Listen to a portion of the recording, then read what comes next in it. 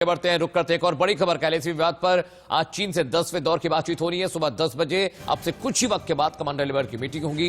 Gogra, hotspot spring और डेपसांग वो इलाका है जिसे लेकर गतिरोध बना है और इसी पर बातचीत होगी। और यहाँ पर सैनिकों की वापसी पर भी बातचीत होगी। साथ ही पैंगोंग लेक से सैनिकों की वापसी पर समीक्षा होनी है। भारत की तरफ से लेफ्टिनेंट जनरल मेनन अगुवाई करने वाले हैं। वहीं चीन की ओर से भी कमांडर लेवल की बातचीत होनी है। तो कुल मिलाकर आज की बैठक बेहद अहम है, क्योंकि अब दूसरे दौर की डिसएंगेजमेंट की बातचीत होगी। पहले दौर की जो मीटिंग हुई थी उससे हल निकला था और दोनों देशों की डिसएंगेजमेंट की प्रक्रिया शुरू हुई थी, लगभग पूरी हो चुकी है। और अब इस बार जो नजर है वो दूसरे दौर के डिसएंगेजमेंट पर है।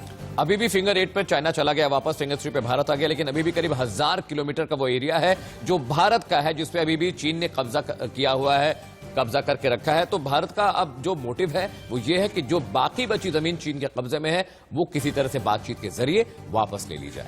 और कश्मीर से हमारे सहयोगी जम्मू कश्मीर से अजय जांडियाल जुड़ चुके हैं। अजय, आज की मीटिंग बेहद अहम हो जाती है, क्योंकि देखिए पहले दौर की डिसएंगेजमेंट लगभग पूरी हो चुकी है, दूसरे दौर की डिसएंगेजमेंट होनी है, लेकिन चीन की कथनी और करनी में बेहद फर्क होता है। इस मीटिंग को कैसे देखते हैं आप, क्योंकि 10 दौर की मीटिंग में एक हल निकला है।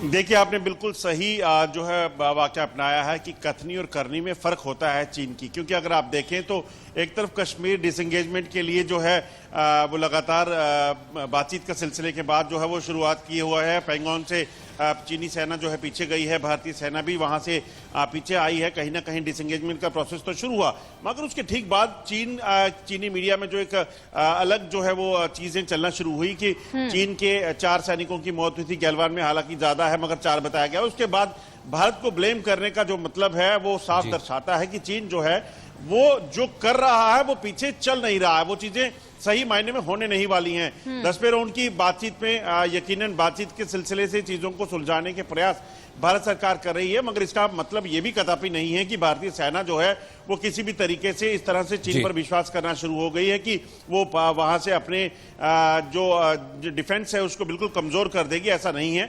यकीनन बातचीत से अगर कुछ और इलाकों में डिसएंगेजमेंट होता है तो वो अच्छी चीज हो सकती है, मगर डिसएंगेजमेंट के बावजूद अगर चीनी मीडिया में कई चीजें चल रही हैं वो कहीं ना कहीं दर्शाती है कि चीन पर इतनी आसानी से भरोसा नहीं हो सकता है। अजय, जहां तक मुझे याद है आपको 1 दशक से ज्यादा हो चुके हैं डिफेंस रिपोर्टिंग करते हुए, और आप एलएसी और एलएसी तमाम उन इलाकों में गए हैं, बहुत करीब से आपने देखे वहां के हालात क्या हैं, सैनिक किस तरह से किन मुश्किलों में रहते हैं, और चीन की रिपोर्टिंग भी आप काफी वक्त से कर रहे हैं।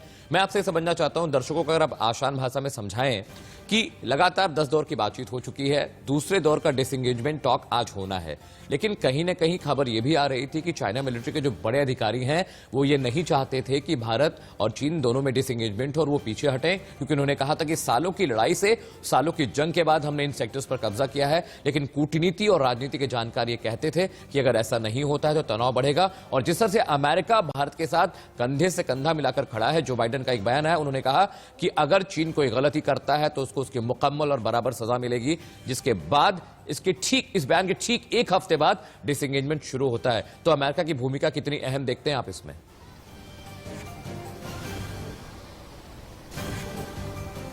देखिए, बिल्कुल ये तो सच है कि चीन अगर बातचीत के दौर के बाद अगर पीछे हटने को तैयार हुआ तो उसके पीछे की वजह सीधे तौर पर 2 चीजें हैं। एक तो अंतर्राष्ट्रीय लेवल का प्रेशर और दूसरी तरफ भारतीय सेना का रुख। अगर आप देखें तो पिछले कई सालों में हमने कभी नहीं देखा कि चीनी सेना जिस इलाके में आती थी वहां से वापस जाए, और जिस इलाके में खासतौर पे जो अपनी पोजीशंस बना लेते थे, बंकर्स बना लेते थे, वहां से तो बिल्कुल नहीं जाते थे। मगर इस बार ये हुआ है। एक तरफ भारतीय सेना का रुख, किस तरीके से गैलवान में भारतीय सेना ने अपनी शहादत देकर भी चीन को वहां पे रोका, वहां से पीछे हटने के लिए मजबूर किया। दूसरी तरफ पैंगोंग में जिस तरीके से प्रीएम्प्ट करके भारतीय सेना ने जो चीन चाहता था उसे होने से रोका और वहां पर जवाब दिया, इससे चीन को यह लगने लगा था कि भारत जो है वो भारतीय सेना जो है अब अपना रुख बदल चुकी है और जवाब देगी। मगर दूसरी तरफ यह भी जरूर था कि चीन ये भी देख रहा था कि पैंडेमिक के बाद जिस तरीके से भारत ने दुनिया भर में एक जागरूकता फैलाई कि किस तरीके से चीन रिस्पॉन्सिबल है, उसके बाद भारत ने यह भी बताया कि चीन किस तरीके से पिछले कई सालों से भारतीय इलाके में इंकर्शन करता है और उसके बाद में बताता है कि ये अपना है। इसके बाद कहीं ना कहीं चीन पर प्रेशर था, क्योंकि चीन ना सिर्फ भारत के साथ बल्कि अपने आसपास के सभी मुल्कों के साथ जो है वो पंगा लेता रहा है, और उसी की वजह से अब पूरा जो दुनिया थी वो एकजुट हो रही थी। जी अजय, बहुत बहुत शुक्रिया इस खबर को समझाने और बताने के लिए। तो अच्छी खबर यह है कि 10 दौर की बैठक के बाद हालात बेहतर हुए हैं एलएसी पे, और दूसरे दौर की जो डिसएंगेजमेंट की बैठक होनी है उसमें भी विवाद का निपटारा होने की पूरी उम्मीद है। बिल्कुल, लेकिन अमित कहते हैं ना कि चीन की कथनी करने में देखिए भरोसा नहीं कर सकते, और सबसे ज्यादा वीडियो ऐसे टाइम पे क्यों चीन की ओर से ट्वीट किया गया है जब डिसएंगेजमेंट की प्रक्रिया शुरू हो गई है। एक तरफ आप कहते हैं शांति चाहिए, लेकिन दूसरी तरफ इस तरीके के वीडियो जारी करना कई तरीके के सवाल खड़े करते हैं। बहरहाल आगे बढ़ेंगे और नजर इस वक्त की सुर्खियों पर।